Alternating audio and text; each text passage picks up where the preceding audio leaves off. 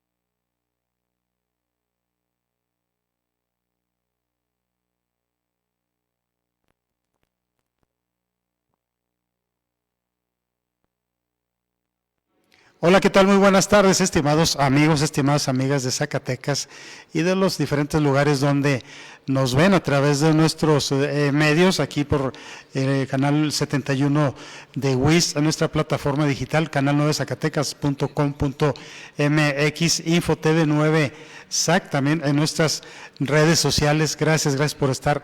Y reiniciamos este día nuestras entrevistas con valor ya en este año 2022. Hoy es sábado 8 de enero. Mi nombre es Salvador del Hoyo Bramasco y les saludo con mucho gusto desde los estudios aquí de Canal 9, desde la capital del estado de Zacatecas. El día de hoy con una presencia muy importante, un personaje universitario de muchos años ya. Ella pues tiene una trayectoria muy importante. Creo que no nos va a dar tiempo para poder conocerla, pero bueno, será muy importante que ella misma nos platique todo lo que ha hecho a lo largo de muchos años dentro de la Universidad Autónoma de Zacatecas.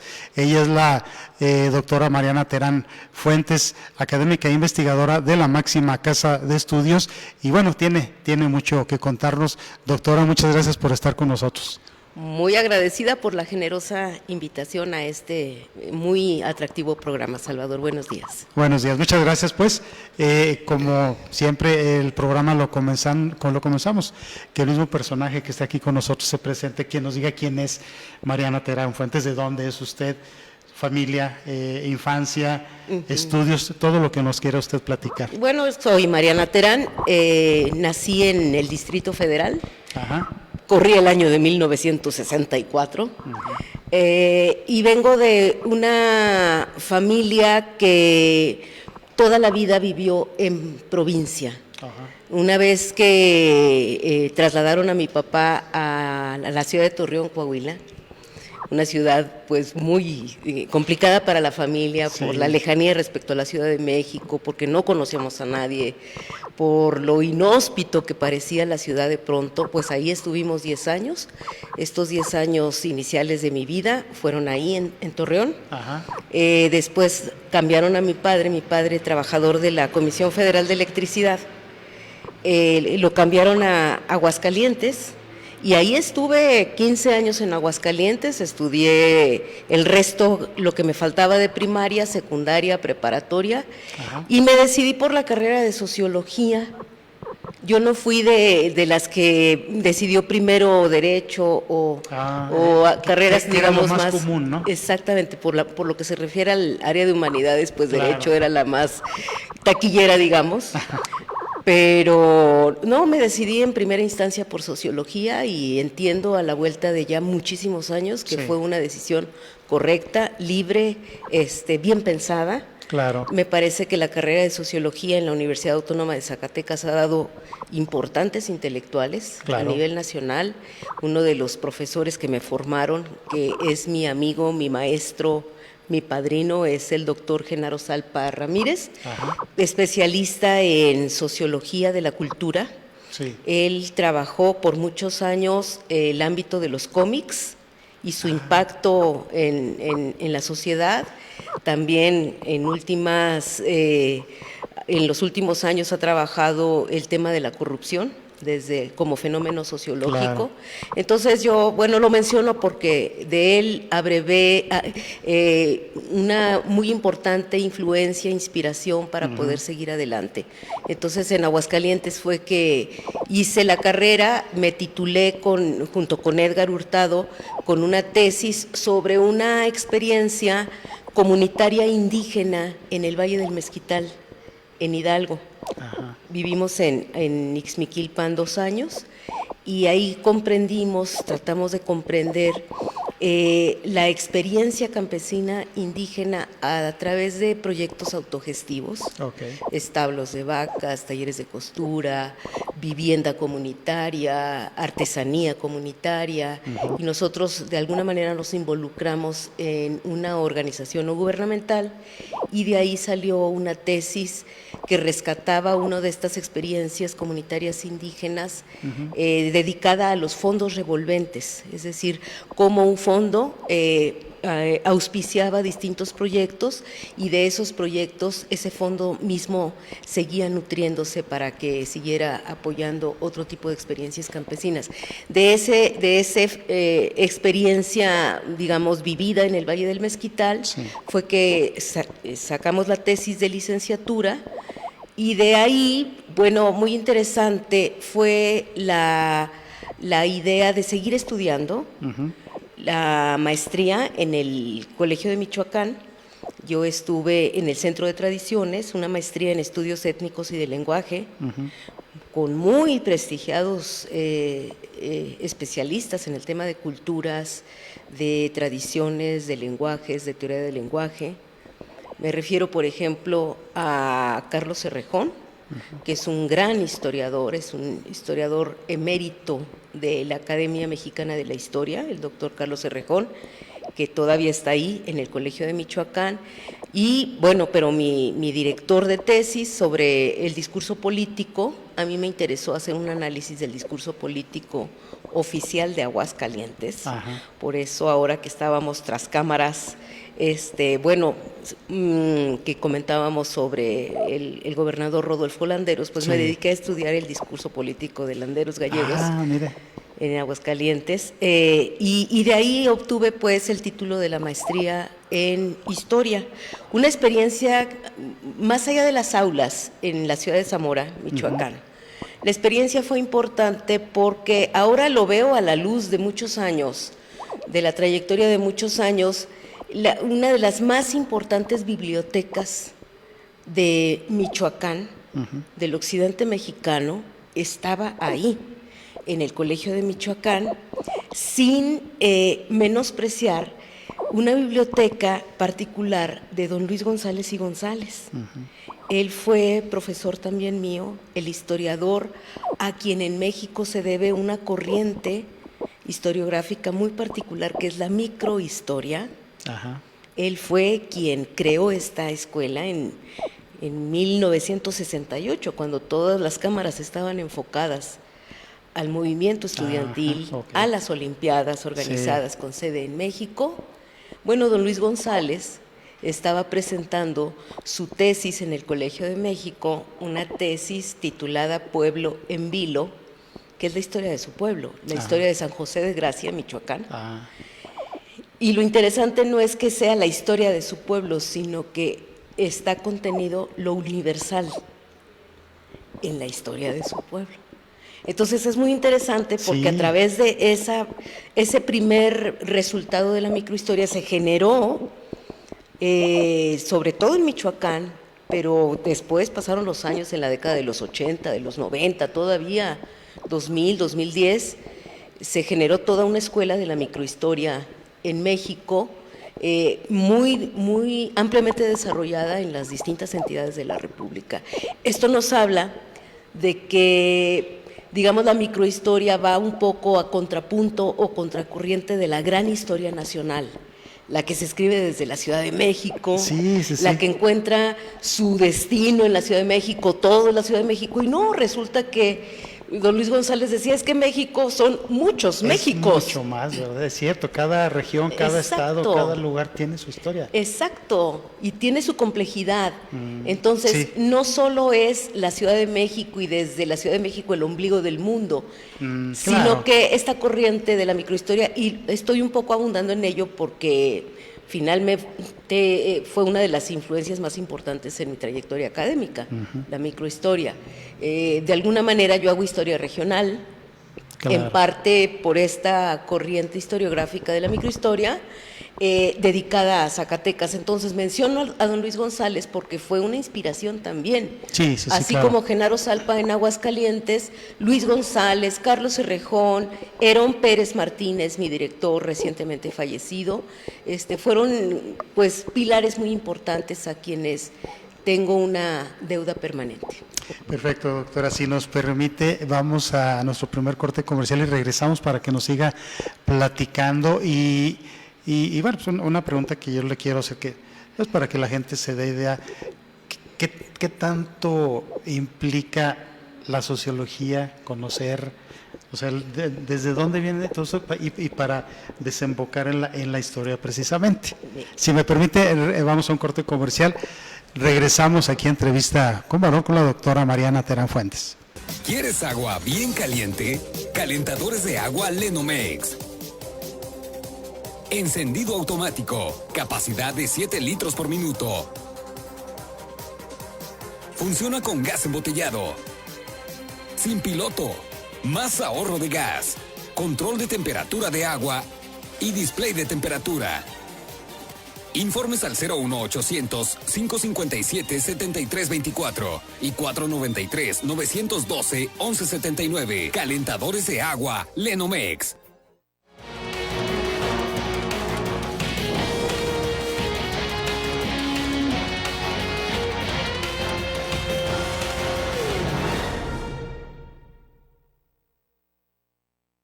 ¿Quieres agua bien caliente? Calentadores de agua Lenomex. Encendido automático. Capacidad de 7 litros por minuto. Funciona con gas embotellado. Sin piloto. Más ahorro de gas. Control de temperatura de agua y display de temperatura. Informes al 01800-557-7324 y 493-912-1179. Calentadores de agua Lenomex.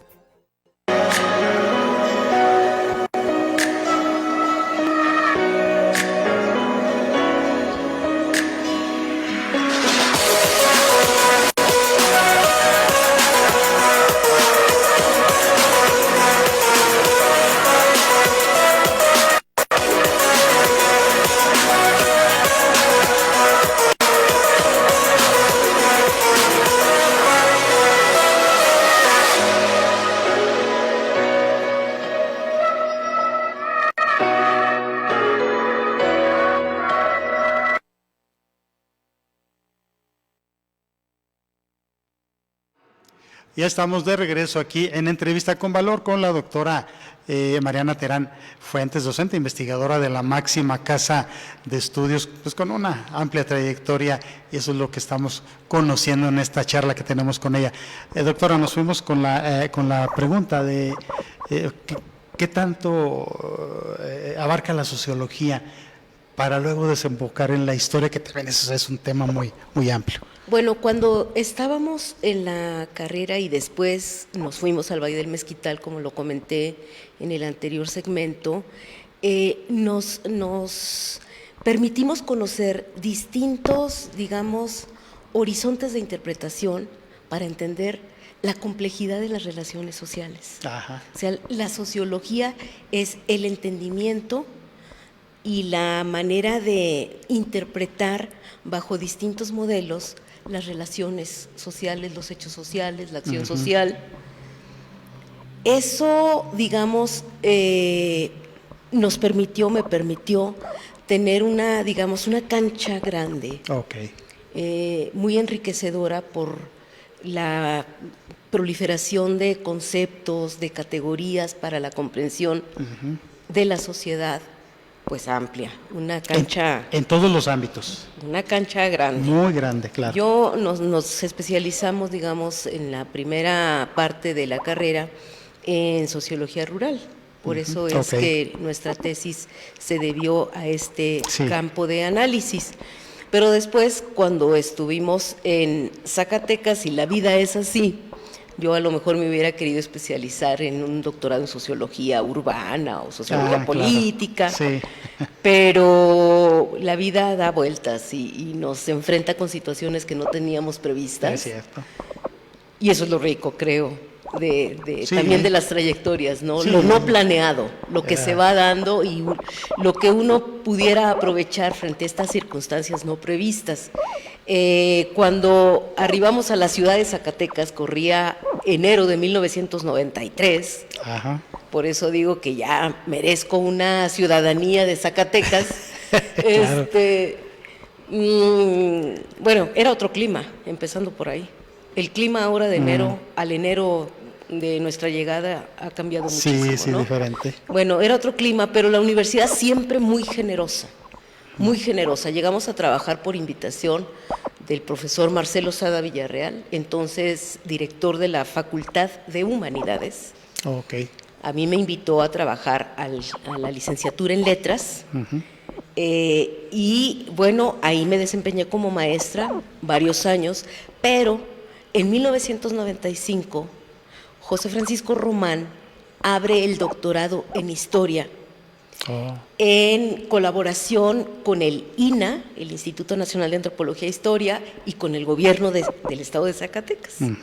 Entonces estaba Arturo Romo Gutiérrez como gobernador. Así es. Sí. Entonces Pepe Román abre este doctorado y nosotros fuimos la primer generación que estudió en este doctorado. Y por cierto, yo creo que fuimos muy, muy privilegiados, afortunados, porque nuestras clases fueron en el convento de Guadalupe. En un lugar muy lugarzazo. Era un doctorado con énfasis en la historia colonial. Pero el gran problema era que veníamos de sociología. Lo que pudiera aparentemente haber sido una gran ventaja, aquí en Zacatecas un poco se convirtió en resistencia, porque en principio nos rechazaron nuestro expediente. Ustedes no son aptos porque no son historiadores, son sociólogos. Entonces, bueno, finalmente entramos y creo que hicimos un buen papel como estudiantes ahí en el doctorado en Historia. Y en ese contexto creamos, ya siendo alumnos del doctorado, pero profesores de la Facultad de Humanidades de la universidad, creamos la maestría en Historia. Un grupo de profesores en 1997. Ese año terminaron los estudios nuestros en el doctorado y ese año creamos la maestría en Historia. Y digo de las resistencias porque hubo muchas críticas de verdad de colegas de la universidad que decían, bueno, ¿y estos sociólogos por qué se están metiendo en el campo de la historia? Ahora sí que qué jabón los patrocina, ¿no? Pero decidimos trabajar. Sí, claro. Con lo que teníamos, decidimos trabajar. ¿Cuántos alumnos integraban ese doctorado? Alrededor de 20. Alrededor de 20 con 3 modalidades. Una modalidad era escolarizada, otra semi-escolarizada y otra tutorial con historiadores ya especializados, con trayectoria, etcétera. A nosotros estuvimos en el grupo del semi-escolarizado y la verdad, digamos, staff de profesores que tuvimos fue impresionante. Vino Antonio Saborit, Jacques Lafayette, Pedro Pérez Herrero, Francisco Solano. O sea, investigadores de verdad de talla internacional. Internacional, sí, claro. Sí, entonces digo que eso no estaba previsto. Sí. Y sin embargo le entramos. Y fue muy interesante porque dije, bueno, ¿y yo qué voy a hacer con este doctorado? ¿Qué voy a hacer con de tema, de tesis? O sea, ¿en qué voy a dedicar estos años de mi trayectoria académica? yo traía, digamos, la escuela de los estudios del lenguaje, del discurso político, del análisis del discurso, esto que había estudiado en Zamora, Michoacán. Sí. Y entonces dije, bueno, pues este es un doctorado en historia colonial. Creo que el discurso más importante durante la época colonial virreinal fueron los sermones. Y me dediqué al estudio de los sermones. Los sermones. Los sermones, en especial los sermones guadalupanos. Claro. Y muy, muy interesantes, sermones guadalupanos del siglo XVIII, Ajá.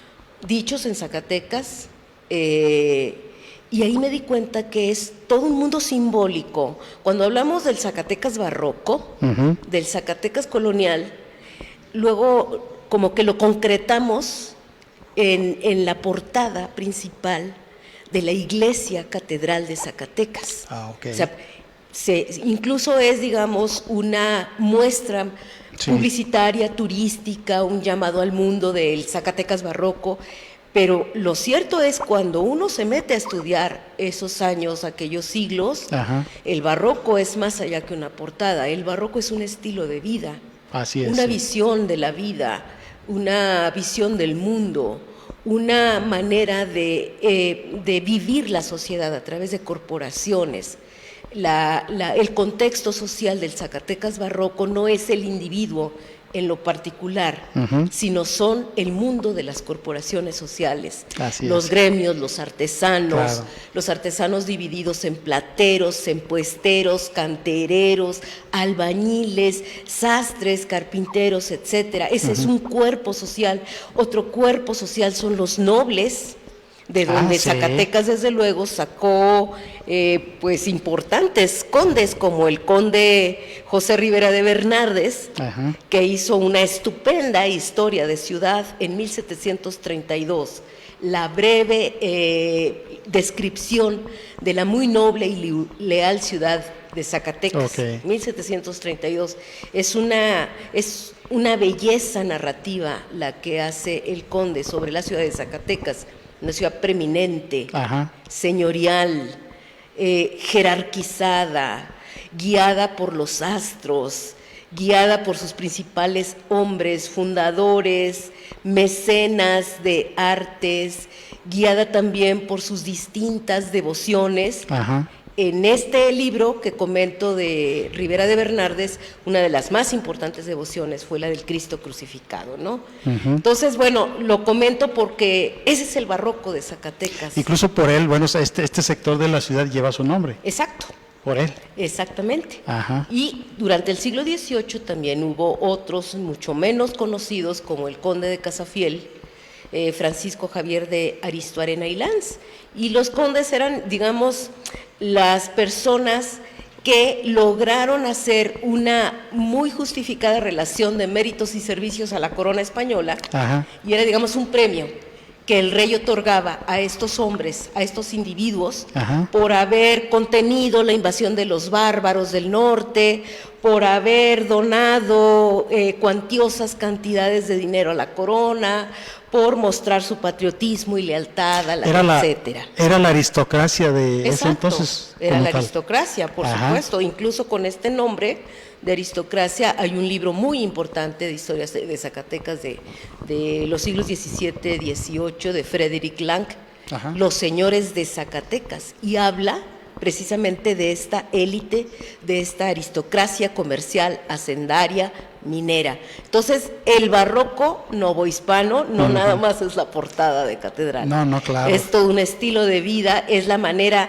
digamos, en cómo se desarrollaban las procesiones religiosas en Zacatecas, por ejemplo, las muchísimas rogativas que se hicieron durante los siglos XVII y XVIII para que cayera agua, para que contra la escasez de grano, de azogue, de agua, pedir por el cese de las epidemias.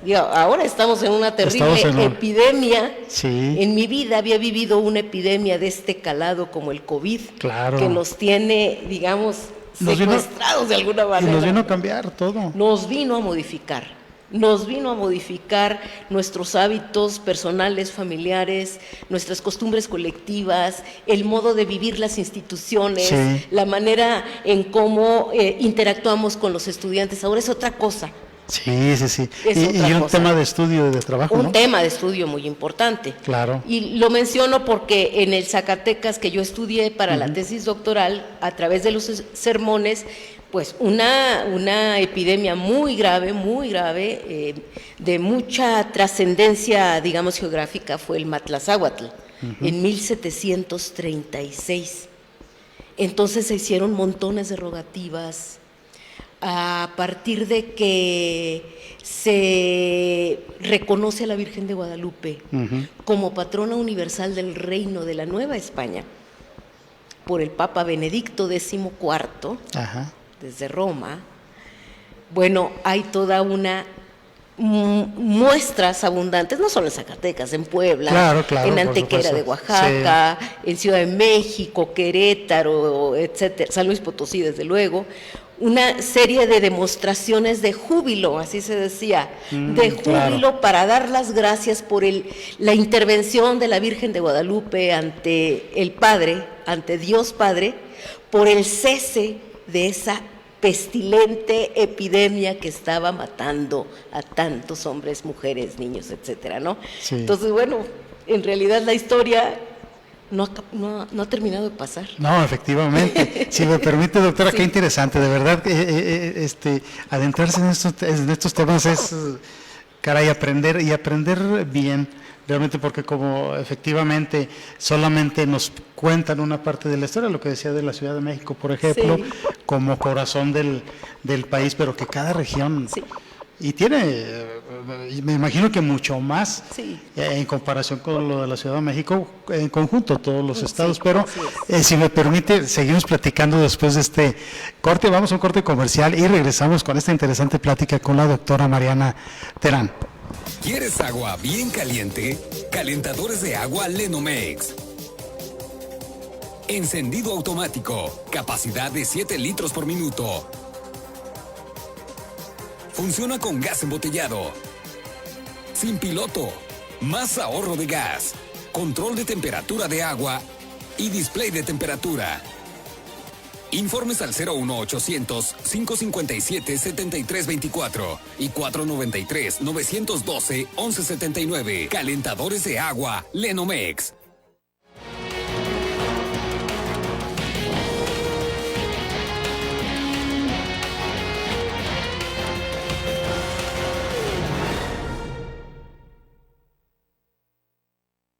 ¿Quieres agua bien caliente?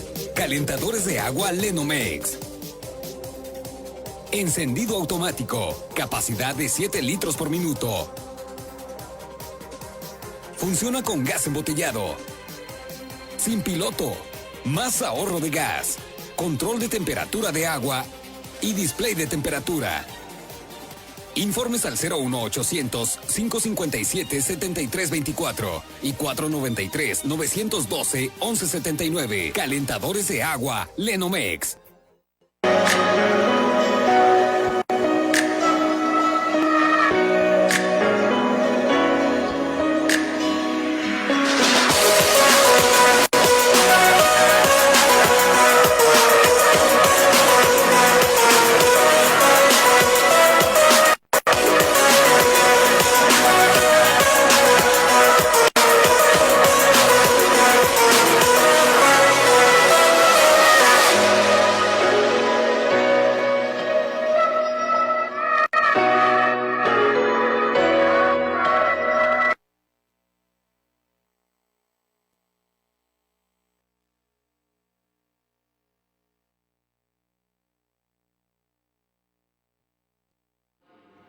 Seguimos aquí en entrevista con valor con la doctora Mariana Terán Fuentes. Interesante todo lo que nos está platicando, todo el trabajo que ha realizado, todo lo que ha invertido, incluso también de su tiempo, ya muchos años aquí dentro de la Universidad Autónoma de Zacatecas. Antes de continuar, doctora, por aquí don Ramón Bañuelos dice: saludos cordiales a la doctora Terán, lo mejor siempre para ambos. Don Ramón Bañuelos, que nos está viendo Lucy Luna también, Miramontes Torres. Le digo que esto de las redes sociales, aparte de que llegamos a las cámaras, a las pantallas a través del canal, pues también redes sociales nos siguen afortunadamente. Sí, igualmente, muchos saludos, me da mucho gusto que don Ramón esté aquí atento con la entrevista también. Muy bien, pues nos decía del trabajo que ha realizado, la historia, lo barroco. Bueno, ya nos dio una explicación muy amplia y muy interesante. ¿En qué más temas ha trabajado, doctora? Bueno, realmente el tema del sermón fue toda una ventana para entender el conjunto de relaciones de una sociedad. Sociología e historia, sí, en realidad van de la mano. Van de la mano, claro. Van de la mano. Entonces, de ahí salió la tesis doctoral que la titulé El artificio de la fe. No el artificio como una cuestión artificiosa o artificial, sino el artificio como se usaba en la época medieval y en la época novohispana, artificio como arte, el arte de la fe. Cómo se llega a fomentar la fe hasta los lugares más recónditos del septentrión novohispano, pues a través de la palabra. Okay. Entonces, es el arte de la palabra. Y obviamente en todo esto la iglesia tiene mucha influencia, por supuesto. No, por supuesto. Claro. El tiempo de la ciudad era el tiempo que dictaba la iglesia. Así es. Las campanas de los templos eran el ordenamiento de la vida cotidiana de la sociedad. Que se sigue viviendo en la actualidad. Claro, claro. Entonces, bueno, ya de ahí, bueno, esta tesis fue reconocida con una mención honorífica en el premio Francisco Javier Clavijero, y por eso me decidí a publicarla, con el apoyo del Instituto Zacatecano de Cultura y con el apoyo de la Universidad Autónoma de Zacatecas. Okay. Entonces salió el libro, cumple 20 años este libro este año. 20 años. 20 años, es mi primer libro. Y de ahí estábamos, digamos, ya con la dinámica de la maestría en historia, con nuevas generaciones, estábamos haciendo, digamos, tratando de hacer con toda seriedad nuestro trabajo, con toda responsabilidad, y decidimos emprender una serie de coloquios nacionales, seminarios, congresos, pero con especialistas que íbamos conociendo, algunos profesores nuestros, otros recomendados por estos profesores. Entonces tuvimos la gran fortuna de contar con el respaldo de algunos profesores del Colegio de México, de Manuel Miño, Alicia Hernández, que fue por muchos años presidenta del Fideicomiso Historia de las Américas, que publicó una colección impresionante de historia mesoamericana hasta historia del siglo XX mexicana.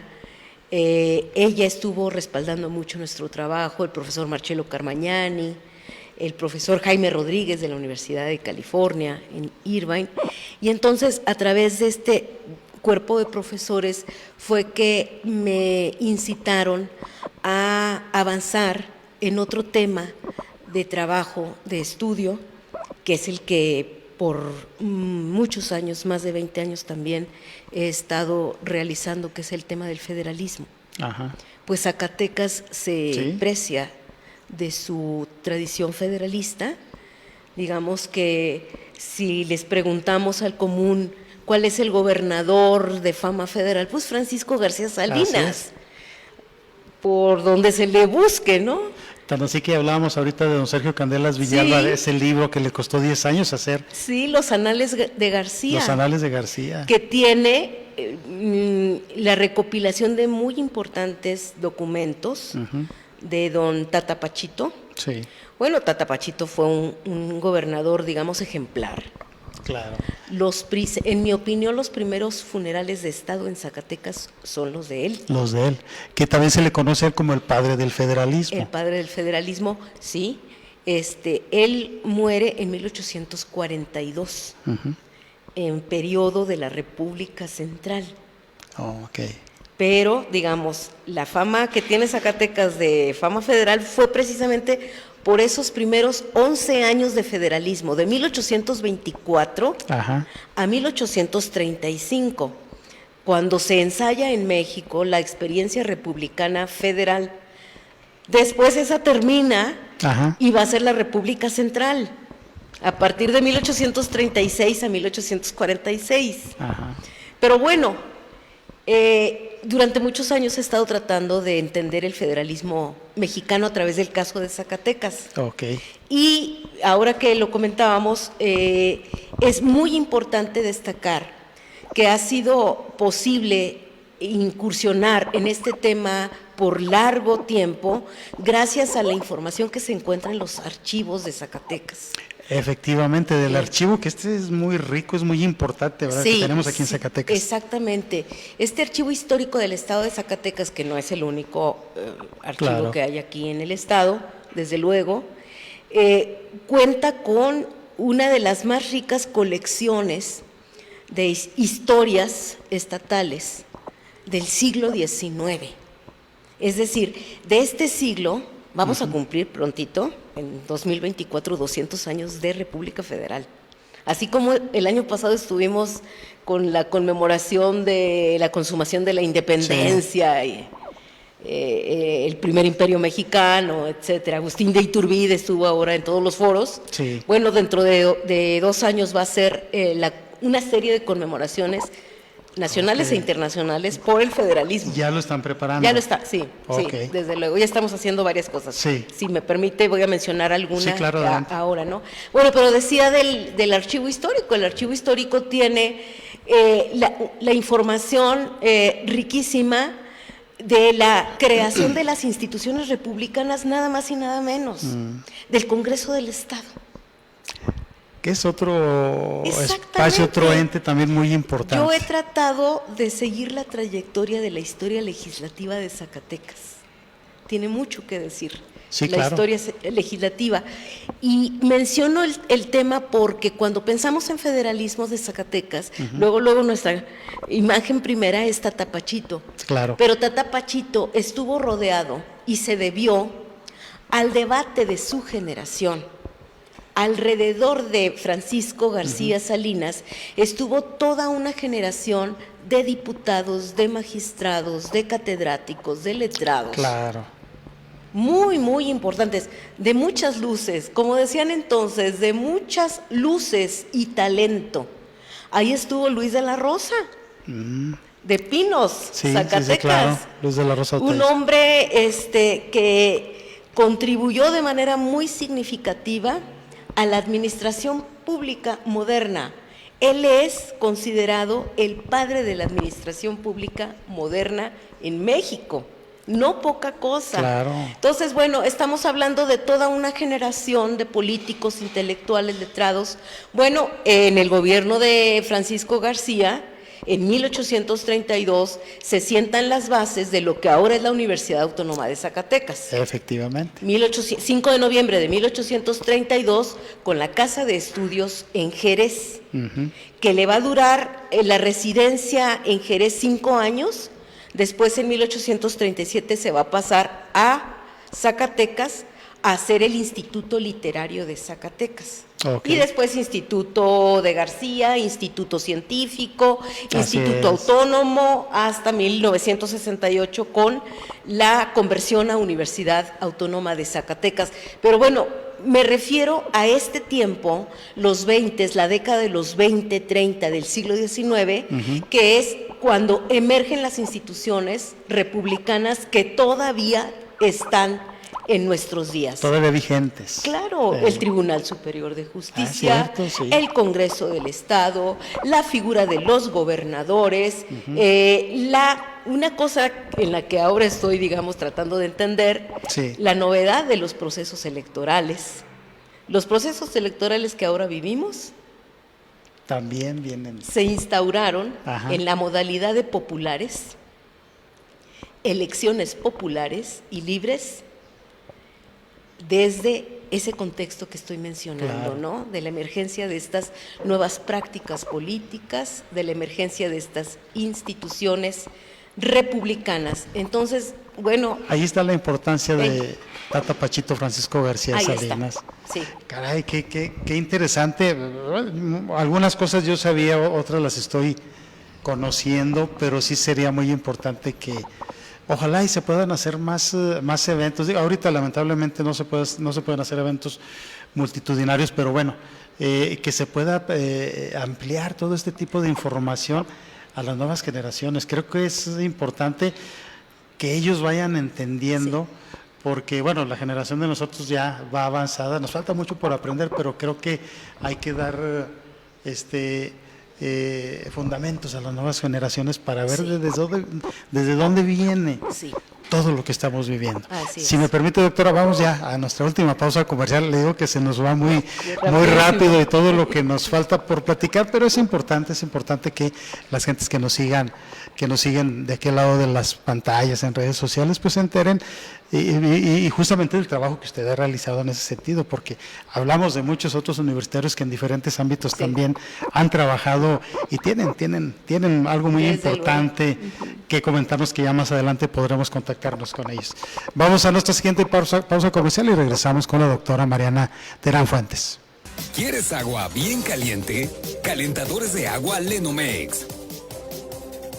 Encendido automático, capacidad de 7 litros por minuto. Funciona con gas embotellado. Sin piloto, más ahorro de gas, control de temperatura de agua y display de temperatura. Informes al 01800-557-7324 y 493-912-1179. Calentadores de agua Lenomex.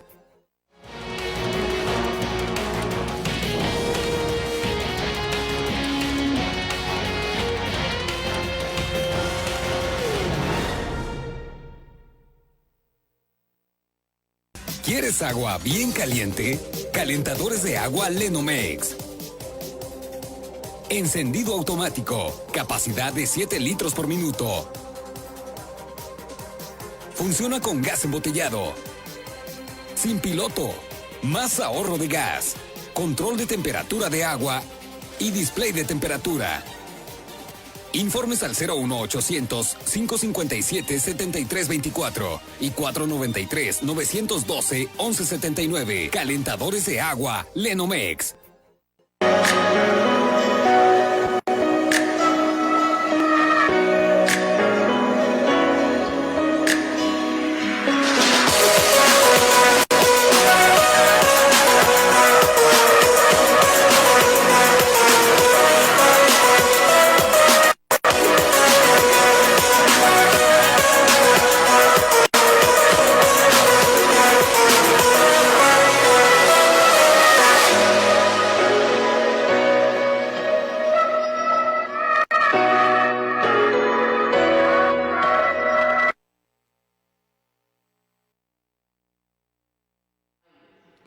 Muchas gracias por continuar con nosotros aquí en Entrevista con Valor, ya el último bloque de esta importante plática que hemos tenido a lo largo de todo este tiempo con la doctora Mariana Terán Fuentes, docente investigadora de la Universidad Autónoma de Zacatecas. Antes de seguir, muchas gracias a Raquel Cervantes, Chayito Márquez por seguirnos aquí en nuestras redes sociales. Gracias por estar atentos a las pláticas, los programas que tenemos aquí en InfoTV 9 SAC.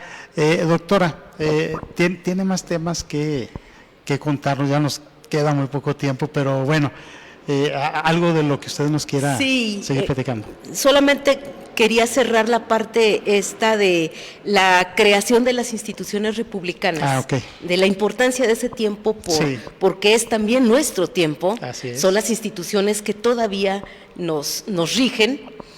Y por supuesto que el gran tema de aquel Zacatecas de 1823, 24, 25 fue la redacción, el diseño de su primera constitución, la Constitución Política del Estado Libre de Zacatecas, promulgada el 17 de enero de 1825.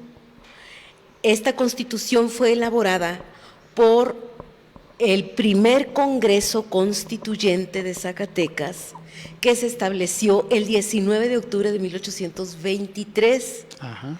Cosa muy interesante, porque todavía no había República Federal Mexicana. Ahí es cierto. República de los Estados Unidos Mexicanos todavía no había. Es decir, Zacatecas, Jalisco, Yucatán y Oaxaca se van a constituir primero como entidades libres y federadas y después va a venir la República. Ajá. Por eso Zacatecas también es parte de su fama federal, porque fue, junto con Jalisco, de las primeras en manifestarse por la República Federal. Entonces se instala su primer Congreso Constituyente, el archivo histórico del Estado de Zacatecas tiene completas las actas de sesiones de todos estos constituyentes que estuvieron debatiendo el tema, por ejemplo, de la libertad de imprenta, la libertad de expresión, la división de poderes, las competencias del Ejecutivo, la administración de justicia, la soberanía, el tema de la soberanía que caracterizó a esta primera República Federal en México, con un fuerte énfasis en regiones como Jalisco y Zacatecas. Entonces, bueno, estamos también por cumplir 200 años de su primera constitución que se reformó en 1832, 1850, 52, 57, la constitución que le tocó a Trinidad García de la Cadena en 1869. Es decir, Zacatecas tiene una historia legislativa que contar, muy importante es el estudio de los gobernadores, ya lo sé, eso es importante y hay que hacerlo, pero también hay que hacer el estudio de nuestras instituciones legislativas.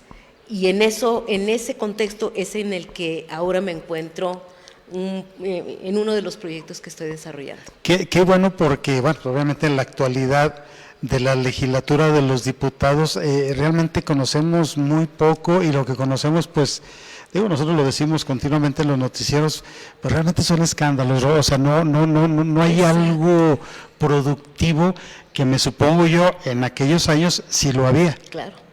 Claro. Nos quedamos, digamos, con eso, Salvador, creo. Desgraciadamente nos hemos quedado con esa, en mi opinión, cortina de humo, y no vamos a fondo de las discusiones importantes, relevantes, de cómo se construye la legislación en Zacatecas, ¿no? Así es. Entonces, bueno, un poco voy por allá. Y querría aprovechar este importante espacio. Sí, adelante, doctora. Para anunciar que vamos a celebrar el 23, 24 y 25 de marzo de este año un congreso internacional sobre diputaciones provinciales. La diputación provincial fue, digamos, el antecedente de los congresos estatales. Zacatecas tuvo su diputación provincial aprobada en 1822. Entonces, pues como yo soy así como muy, me gusta la cosa de las conmemoraciones, pues aprovecho y estamos junto con Manuel Chus, un profesor destacadísimo profesor de la Universidad Jaime I de Castellón en España, organizando este congreso sobre diputaciones provinciales. Lo estamos llamando la revolución de las provincias, las diputaciones provinciales en ambos hemisferios, es decir, América y España. Entonces van a venir, bueno, en la medida que el COVID nos lo permita, van a venir importantes y muy destacados estudiosos del tema. Y qué bueno que se organicen, doctora, porque es la forma de dar a conocer el trabajo y muchas otras cosas, Exacto, yo creo que esa es una labor que debemos empujar mucho más los universitarios, sacar la universidad de las aulas. Así es. Es decir, este trabajo de divulgación para que, digamos, sigamos diciendo que la historia es importante, hay que hacerla importante. No nada más dar nuestras clases de historia. No, porque incluso lo platicábamos antes de comenzar la plática de la importancia de la investigación que hacen los universitarios en sus diferentes ámbitos. Lo suyo en la historia, pero hay investigadores de todas las áreas. De gran calidad. De todas las áreas de gran calidad y trayectoria que tienen mucho que decir. Y insisto en que esta parte de la universidad que dice nos debemos a la sociedad, claro que nos debemos a la sociedad. Sí, por supuesto. Entonces una manera de pagar esa deuda social, digamos, es cierto, es realizar de manera continua, permanente, eventos de este tipo para que sigamos diciendo, caray, las diputaciones provinciales fueron el antecedente de los congresos de los estados y Zacatecas tuvo su diputación provincial hace 200 años, justo 200 años, y las actas de sus sesiones están en el fondo reservado del Archivo Histórico del Estado de Zacatecas, Ajá. que afortunadamente, bajo la iniciativa del profesor Luis Jáuregui desde el Instituto Mora, se impulsó un proyecto nacional de transcribir y hacer estudios introductorios de las actas de sesiones de las diputaciones provinciales. Okay. Quien hizo el trabajo para Zacatecas fue Beatriz Rojas Nieto, una muy destacada historiadora que se ha dedicado a esos temas, que por cierto la tendremos en este congreso qué bien. de marzo. Entonces, bueno, hacia allá van los esfuerzos que estamos haciendo. Fíjese que luego a veces los alumnos de bachillerato, hay muchas opciones para estudiar una carrera, pero usted recomienda, por supuesto, y ya estamos viendo lo importante que es la historia, Sí. las letras, la sociología, o sea, el ver desde dónde venimos a estudiar. Es importante, y usted obviamente sugiere que quienes deseen estudiar estas licenciaturas, adelante. Hay Sí. hay donde proyectarse Sí. cuando terminen, ¿verdad? Sí, desde luego, porque luego se tiene también esta falsa idea de que estudias historia, te vas a morir de hambre. Sí. No, caramba. O sea, yo creo que... Por eso quise Sí, tocar el qué tema, bueno, porque Salvador. no, y luego ¿de qué voy a trabajar? Exacto, ¿O qué voy a hacer? exacto. Y sí lo hay, obviamente necesitan gustarle, gustarle esto. Sí, desde definitivamente. luego. Sí, hay algo que usted mencionaba de la importancia de hacer escuela. Es Claro. decir, hacemos investigación, pero nunca se nos olvide que somos profesores. Así es. Entonces, nuestra responsabilidad es dar lo mejor de nosotros mismos en el mundo académico, me refiero, para formar nuevas generaciones. Sí. Formar, no deformar. Claro. Ahí Sí, es una hay cosa todo muy un tema, diferente. ¿no? Ahí hay todo un tema. También, por Pero sí supuesto. creo que con toda honestidad intelectual y académica nos debemos a la sociedad, y otra manera muy importante que no se nos debe de olvidar de pagar esa deuda es Claro. formar a futuras generaciones. Transmitir lo que uno ya Exacto. en su momento también Sí, adquirió. sí. Y bueno, pues, que los muchachos, que los jóvenes que quieran de verdad Sí, estudiar estas así carreras, es. pues, adelante, porque sí, yo lo veo en el periodismo. En algunos momentos yo platicaba con alumnos de las escuelas de periodismo. Obviamente, no, aquí en Zacatecas, por ejemplo, no hay muchos medios de comunicación, pero yo muchas veces les comentaba que podrían, y más ahorita en la actualidad con la tecnología, y muchos lo han hecho creando sus propios medios. Sí. A lo que voy, o sea, que un profesionista de diferentes áreas puede hacer algo también. Obviamente cuesta tiempo, dinero, esfuerzo, Claro. no sé, pero se pueden lograr Sí. destacar Sí. y hacer una trayectoria importante. Y Sí. en el caso de la historia, por ejemplo. Sí, y creo que la Universidad Autónoma de Ajá. Zacatecas se puede preciar muy bien de haber construido y estar construyendo una comunidad de historiadores. No sí. es el historiador o la historiadora, famosos, destacados, no. Zacatecas tiene esta tradición ya universitaria de construir una comunidad de historiadores que los vemos ya en archivos, en escuelas, cierto, sí. en centros de investigación, en otros posgrados, en otras partes de la República, haciendo un trabajo que hay que reconocer, hay que destacar. Entonces eso es parte de nuestro compromiso y también de nuestro gusto. O sea, esto, como usted lo ha dicho, Salvador, nos tiene que gustar para que pueda impactar, ¿no? Así es. La Academia Mexicana de Historia, una agrupación muy importante a la que usted pertenece, tiene poco de estar integrando esta academia. ¿Qué trabajo realizan ahí? La Academia doctora? Mexicana de la Historia tiene una tradición muy importante, fundada en 1919, y justamente en el 2019 los miembros de número decidieron abrir la Academia Mexicana de la Historia, multiplicando corresponsales nacionales en los estados. Entonces, en agosto de 2019 recibí la propuesta de que me iban a postular. Me pidieron mi currículum, me postularon y fui aceptada por unanimidad para ser corresponsal nacional en Zacatecas. ¿Qué hace la academia sobre todo esto que estamos mencionando? Trabajo de divulgación. un trabajo fuerte de divulgación. Okay.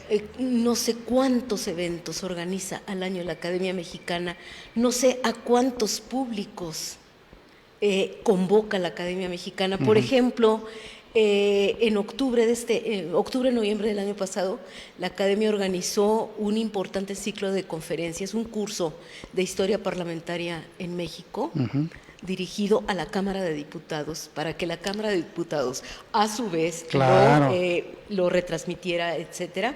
Y bueno, a mí me invitaron en este curso. Ajá. Y yo di la plática de esto que mencionaba, de la primera historia de los diputados en Zacatecas de aquellos años, qué ¿no? bien. Entonces la Academia Mexicana de la Historia tiene un compromiso de divulgación impresionante. Lo que hace la Academia es, digamos, de impacto internacional, de volver necesaria la historia, lo hace a través de cursos, de diplomados, de seminarios, de conferencias, con el fortalecimiento de instituciones estatales, etcétera, ¿no?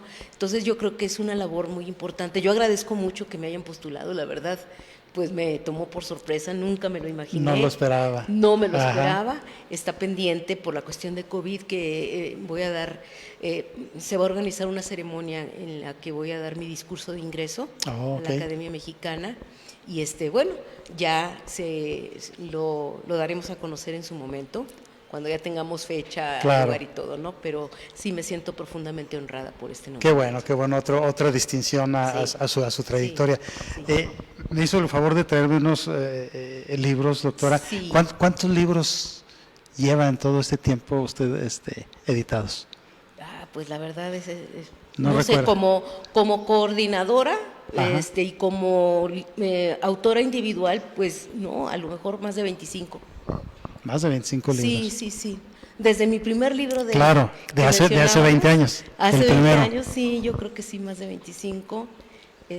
Ahí vamos. Y aquí está el resultado precisamente. Y ahí está el resultado, el último es que lo titulé En pos de una justa ley, el tema de la propiedad en Zacatecas. El tema de el liberalismo y la propiedad en Zacatecas. A lo largo de casi 100 años, de 1812, en que se promulga la Constitución de Cádiz, hasta 1917 con la Constitución de aquel año que promovió la reforma agraria. Pues doctora, nos faltaría mucho tiempo para seguir platicando, pero bueno, ya conocimos algo de su trayectoria, del trabajo que usted ha realizado dentro de la universidad para beneficio de la sociedad, los eventos que realiza también muy importantes. Yo le agradezco mucho el haber aceptado esta invitación para platicar con nosotros. ¿Algo más que quiera agregar, doctora? No, pues agradecer el espacio. Creo que debemos de estar siempre muy agradecidos con los periodistas, con los medios de comunicación, porque a lo largo de todos estos años hemos caminado con ellos. Claro. Hemos hecho muchos eventos y siempre contamos con la generosidad de los medios de comunicación, ahora desde luego multiplicada por las redes. Claro, sí. Pero cuando no había redes era muy bonito hacer las ruedas de prensa acompañada de los distintos medios de comunicación. Eso siempre lo agradezco. Hemos sido muy afortunados por la generosidad de los periodistas en Zacatecas. Muy bien, doctora, pues aquí el espacio está para el día que usted necesite. Adelante, noticiero, aquí en este espacio seguimos abiertos, porque es importante que la gente sepa que hay investigadores, hay profesionales en diferentes áreas que están trabajando y están dando resultados, y el caso de la historia, pues creo que todos estamos obligados a conocerla. Le agradezco mucho, Salvador. Muchas gracias por habernos acompañado. Buen día.